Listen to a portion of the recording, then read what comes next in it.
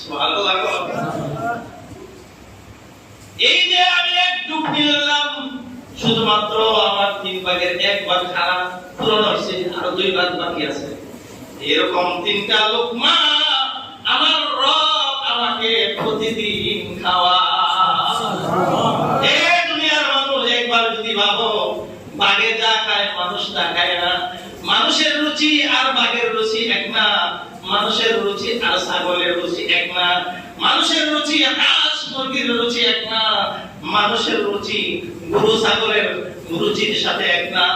বলেন এক একটা রুচি অনুযায়ী এক এক দেশের মানুষের এক এক ধরনের রুচি, সমুদ্রের প্রাণী জগতের এক রকমের রুচি।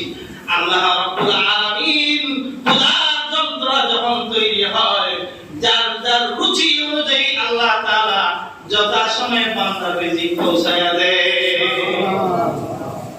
আর আমরা মানুষ সবচেয়ে বেশি পণ্ডিত, সমস্ত মাখলুকাতের ভিতরে সবচেয়ে পণ্ডিত বেশি না?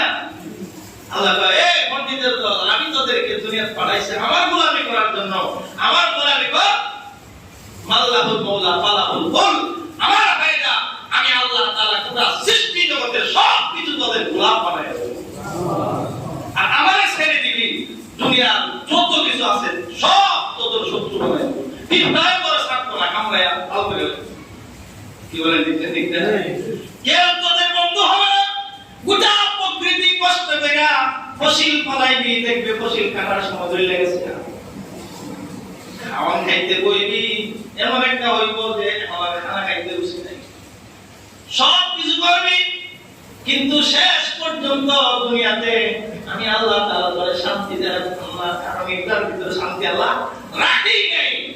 এই জন্য আমার ভাইরা, মানুষ হিসাবে যদি আমরা সেই বুঝটা আমাদের দিলের ভিতরে ঢুকাইতে পারি, বুঝটা হলো কি, ইউতিল হিকমাতা মান ইয়াশা ওয়া মান ইউতাল হিকমাতা ফাকাদ উতিয়া খায়রান কাসীরা।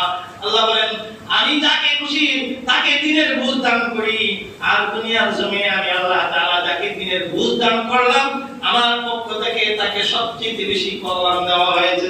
সুবহানাল্লাহ।